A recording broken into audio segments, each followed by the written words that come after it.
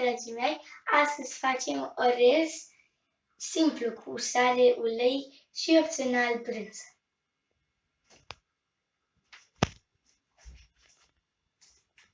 Vom începe cu apă filtrată care o punem la fier, care vine un pic mai mult de jumătate de ibric, 3 căni de apă la o cană de orez.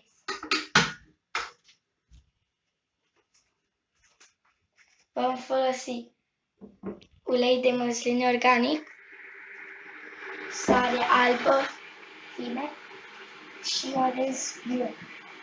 Cât trebuie orezul brun? Ca și la alb? Nu, cel alb se pierde mai repede în 15 minute, pe când acesta brun se pierde în dublu timp. Și cum facem? Punem în apă rece orezul? Nu. Și nu mestecăm? Fierbem apa și când e fiată o punem aici și dăm drumul la foc. Apa s-a fiert, urmează să o punem în oală. Cu grijă să nu te frigi, mami. Ia cănuța și nu pui chiar vârf. Lași așa un pic. E grea cana? Nu. Așa. Dacă pui în felul ăsta, mai pui încă un pic. Cam atâta. După 3 căni, da? Adică să fie cât spațiu care îl lași.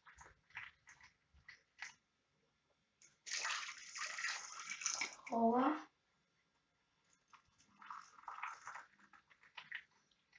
După treaba asta mai pui jumătate de cană adăugat.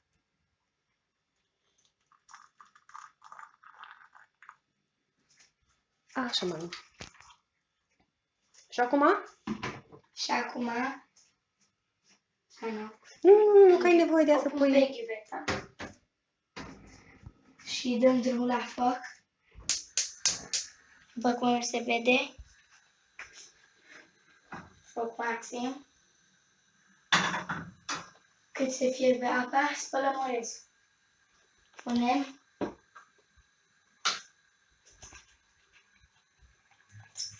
o cană de orez.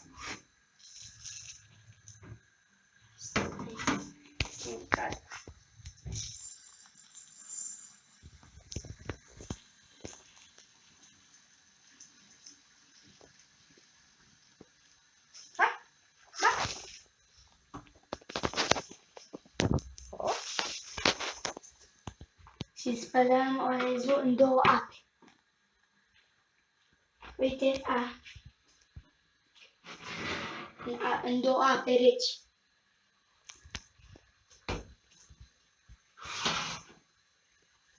Hei! Pui orezul aici. Și apa în bol. Dar o să pui apic acolo ca să se ducă restul de boabe de orez.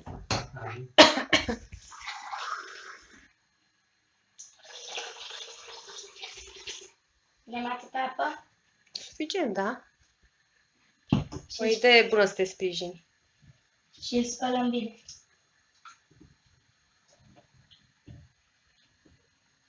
Prima apă.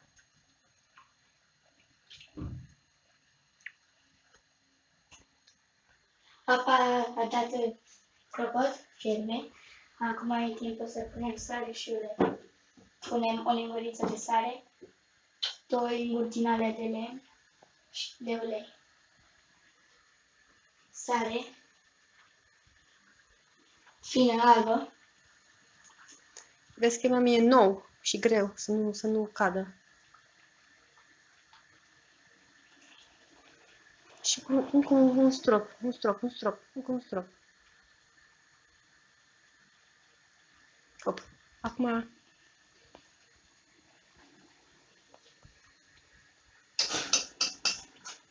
Da? E fierbinte aburul.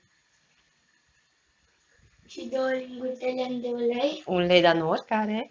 Ulei de măsline organic.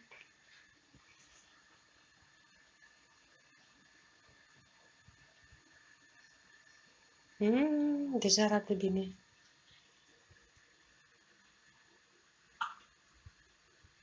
Da, poți să lași acolo un pic până pui sticla. Lăsăm unde e mânerul, pentru că acolo e cea mai puțină căldură și nu arde. Șulim capacele. Dar tu unde ți-ai pierdut vocea, mami? Am fost în tabără. Și în fiecare seară, distracție, a? Da. Concert. DJ. E suficient, mami, că ai fiind stopește singură. Dai focul mic până când e gata orezul. Să-l pui la fiert. Și dăm focul mic în stilul meu. În stilul tău, nu al mami.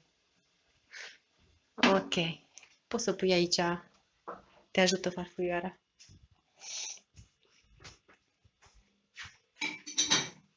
Și acum spălăm orezul în a doua apă. Am spălat orezul în a doua apă. Acum îl punem aici, puțin câte puțin, ca să nu sară.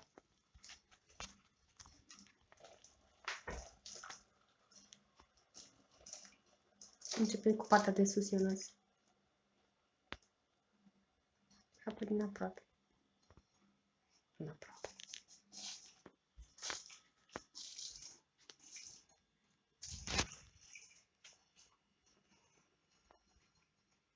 Mă, dar parcă mi-e milă de mâinile astea ființe de pianist cu care faci tu mai cea mâncărică. Când ți-e poftă, când ți vine pofta, trebuie să faci. Chiar dacă e prin frigiderul. Pofta când îmi vine orezul, îl bag în mine.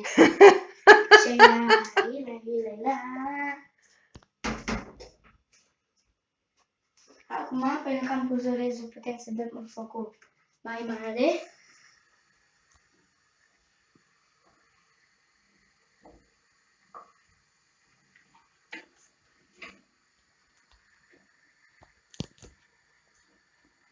Știi ce trebuie să amețești continuu până fierbe? Ca să nu se lipească de fund.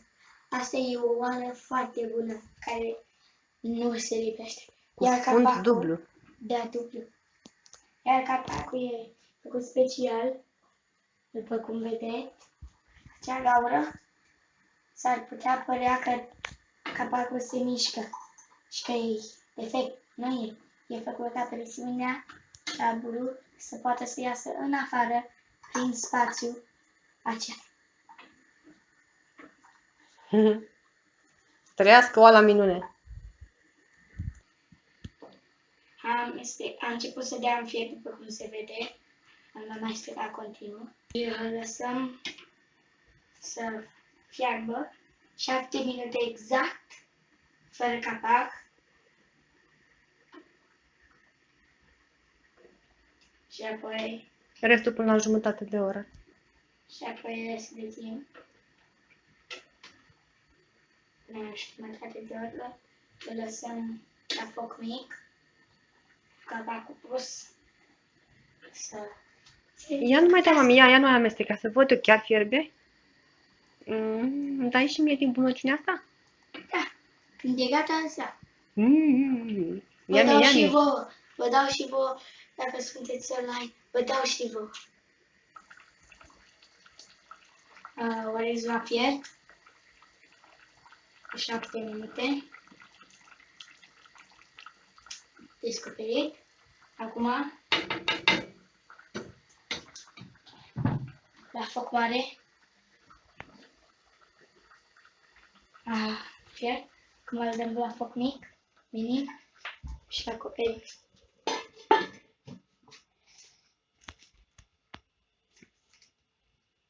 Nu știu dacă se vede, dar capacul acum e în funcțiune. Se vede spațiu, se vede, mami. Se vede, e făcut cu cap, ca să nu dea pe aici în flocos și să fie presiunea aia. Englezii ăștia deștepți la faza asta. Și între timp, pentru moment, la revedere! Au trecut aproape jumătate de oră, cu 23 de minute. Și așa arată orezul. După aproape jumătate de oră de fiert acoperit.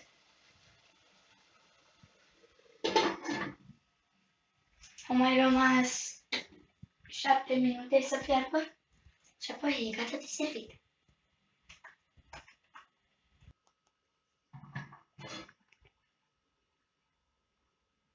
Așa, orezul a fiert, acoperit. Arș! Auci! Mami, știi, avem mănuși de bucătărie. Da. Și, după cum se vede, e gata.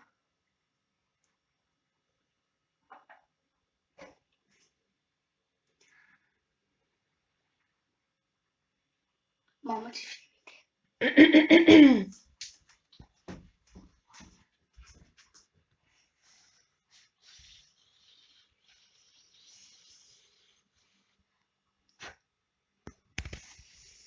Îmi dai cu flit, iubita?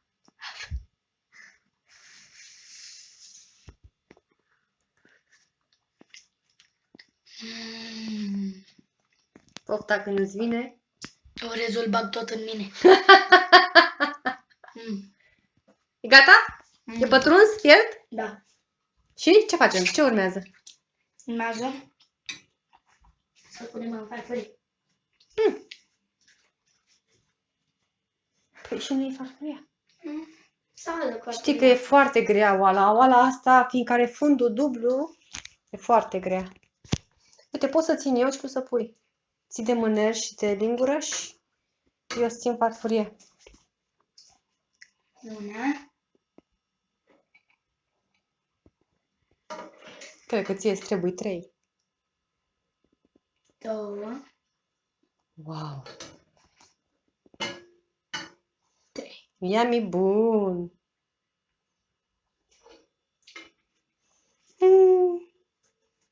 Yummy bun! Așa. Profesional. Cu șefii nu te pui. Altfel ai probleme. Acum urmează sala de sala de brânză. Dar înainte punem și aici. Așa.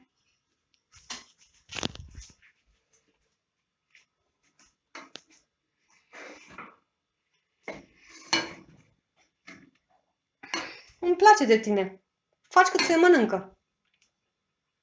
Proaspăt, bun, cel mai bine. Poți să înclin un pic oala, iubirea mea.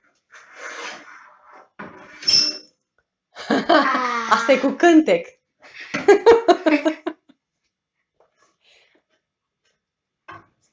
Dar cu grijă, da? Să nu te frigi.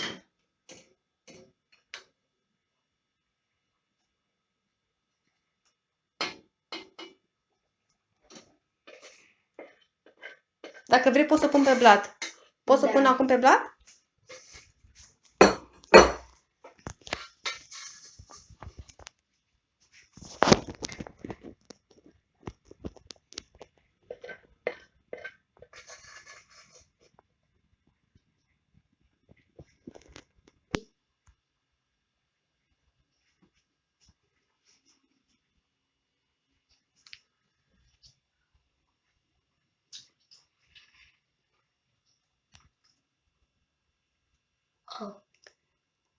Oh, oh, oh! Bani în full! Nu contează. Mai bine! Să nu iei vopseaua!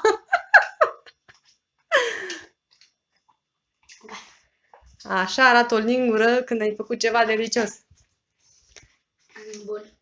Pasul următor? Vedem. Ce e asta? Și mergi cu toții după mine. Brânză! Ce? Brânză! Cheddar!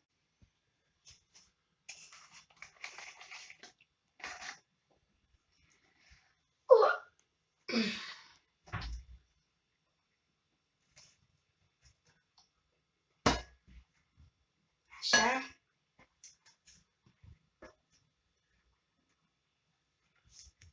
Vrei un musculos să te ajute la ras?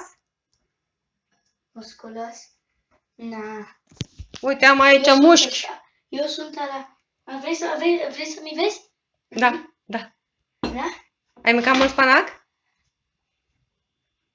Oh. Vrei retrag cuvintele.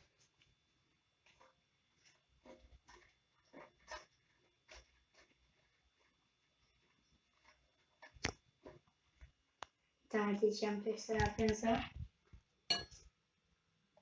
Se vede. Ăla, cum se spune la engleză? Finishing touch. Pătrunjel. Da, cum ziceam, parsley. Pătrunjel.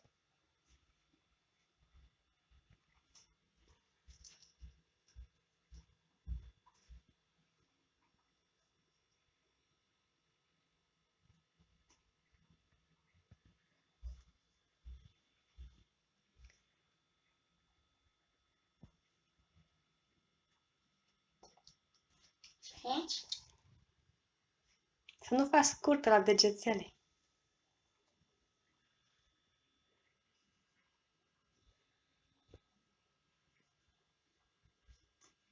Asta e pentru mâncăcioși, dar pentru pofticioși nu e. Pofticioșii nu sunt poftiți decât mâncăcioșii. Gata? Șorezul e gata. Bravo! Florina, hai de la masă. Mă să iau înapoi? Da, Icre vrea, cred că. da. Da, deci. Farfuria dumneavoastră. Eu mănânc capacul. Dacă vrei, poți să mănânci și mai rămas aici pe asta. Na, că mai îmi faci și mâine o porție și atunci îmi fac și eu pofta. Da. Cum ziceam, masa e servită. Miroase a brânză. Masa e servită, am zis. Cu ce mănânc cu mâna? Păi da, Dar tu nu știi să te gospodărești, că ești fată mare? ba da. Masa DVS e servită. El nu poate mânca până nu tasti tu. Să-i spui nota. Poți să gust cu asta? Oh my days. Oh my days, man. Asta, da? Așa? Stai că nivelezi mai mult brânză. Gustalo! Ma gustalo! Ești că...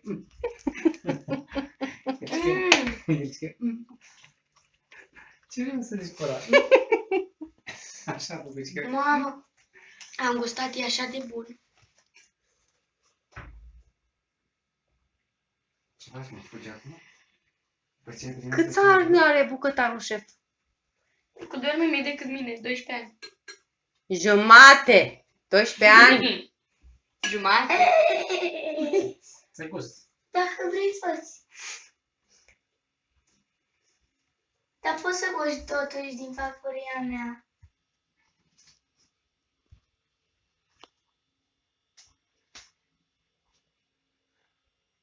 A plecat un pic bucătarul șef, ar trebui să radă amândouă farfurile. Și cred că așa o să fac. Să mâinile care a făcut-o și pe mami care m-a ajutat și ficului doamne, amin. Amin. Amin, poftă mare. Și.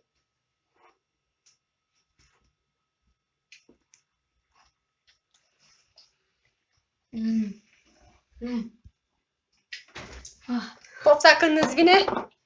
Bag orezul tot în mine. Dar auzi mai line. Las că tati are acolo o friptură de pui, icre, pipteluțe de vită, mâncărică de cartofi. Nici nu știe ce să aleagă. Voi mâncați cam simplu, mai cam sănătos, așa.